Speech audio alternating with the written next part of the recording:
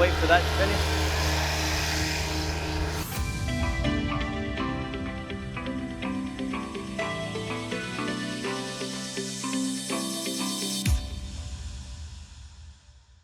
Hi everyone, welcome to another episode of Coffee with Father James. I'm down here at Sullivan's Pond at the park. I've got the War Memorial here behind me.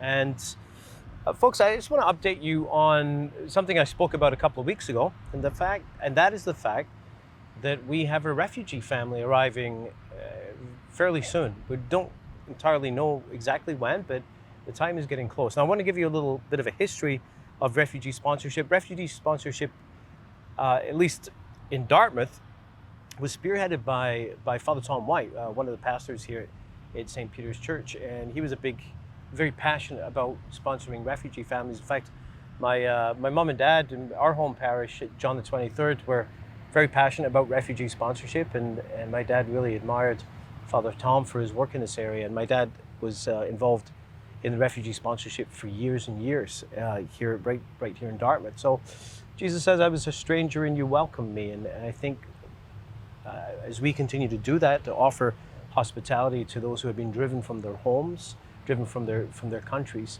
it's a real part of what Jesus is calling us to do. The last refugee family sponsored by our parish was in 2017. It was a family of 7 from Syria. Some of you would have met Isa and his family. Several years ago, Isa approached the parish and asked if we would do a sponsorship of his brother and their family. So it's a private sponsorship. It's not through the government. And things were kind of put on hold. They were slowed down because of COVID. But just a few months ago, we got the news that the arrival of this family is imminent, and the committee had to move quickly to try to find a place so for them to stay, because we're responsible for them entirely for the first year. So I just wanted you to know that this family are mom and dad and 4 young children from the ages of 3 to 12 years of age. And on our website, there's a link in the show notes here. If you go to that link, we have a website with a list of items that we need for the family. So I just wanted to share with you as well, just on the question of finding housing and such, that things are really changing around town. It's been in the news, certainly it's actually been in international news, even national news as well, about the cost of housing in Canada, and particularly here in Nova Scotia.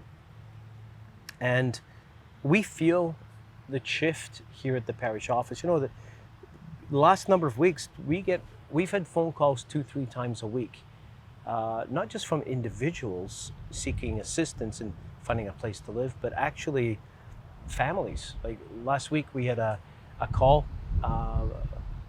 someone calling us on behalf of a family of 3, who are being evicted and can't find a place to live. So the whole question of affordable housing is a growing one for our province, for our city, and indeed for our parish, because of our particular context. Now, I just want to assure you that if you think about what we do right now with how we use our excess property, in a sense, to support that, we have the House of Hope, which has 4 units. We've got a unit in the basement of that rectory that we use as a stepping stone from the homeless shelters, the crisis emergency shelters. So we have 2 of those shelters over at the St. Anthony's location. We have the transition apartment, and then we also have the House of Hope. So that's a total of 7 people who can live in our facilities. Now we're also going to be looking at having a conversation with other church leaders, and I'm just looking at my notes here. We feel called to kind of try to gather around other Catholic leaders, non-Catholic church leaders, to ask the question, what are we called to do as a church to address this issue? What can we do?